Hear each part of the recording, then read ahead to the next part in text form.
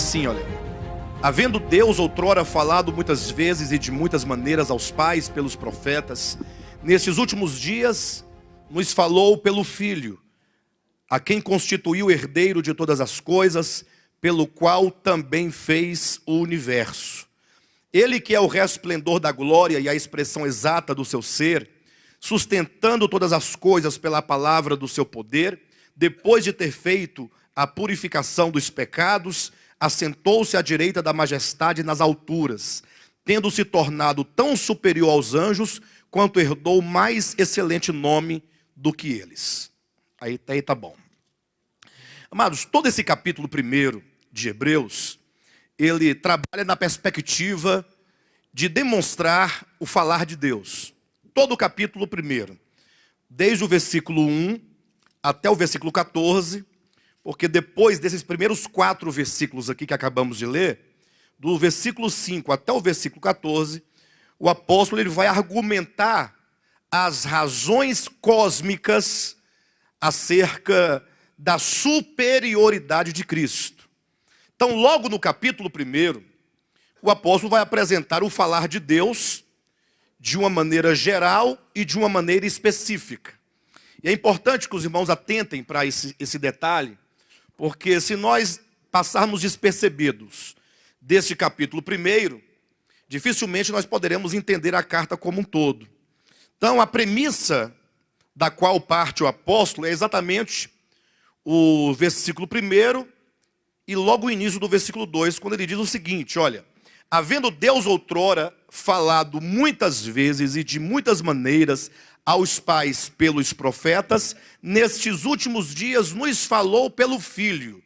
Então veja que a carta se abre dizendo acerca do falar de Deus.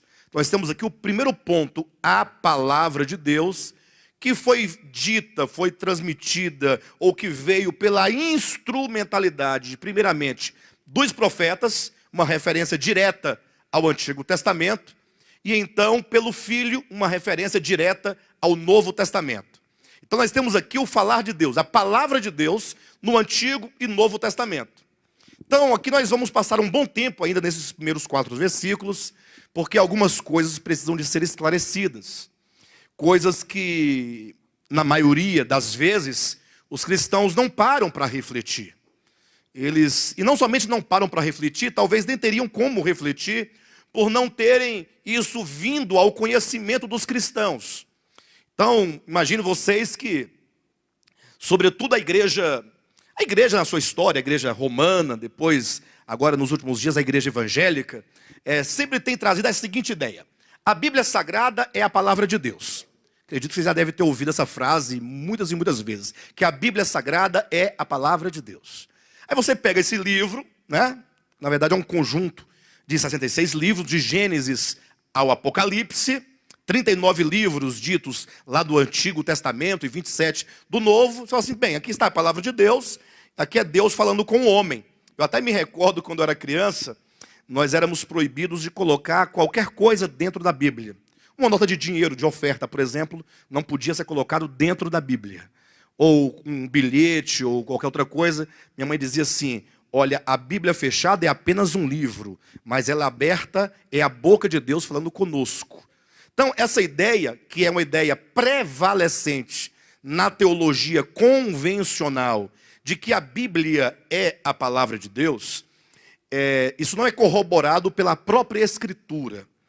Na verdade, o que se deve entender claramente é que a Bíblia Sagrada, e esse termo Bíblia significa literalmente um conjunto de livros, é uma biblioteca, nesse caso, a Bíblia Sagrada, ela contém a palavra de Deus.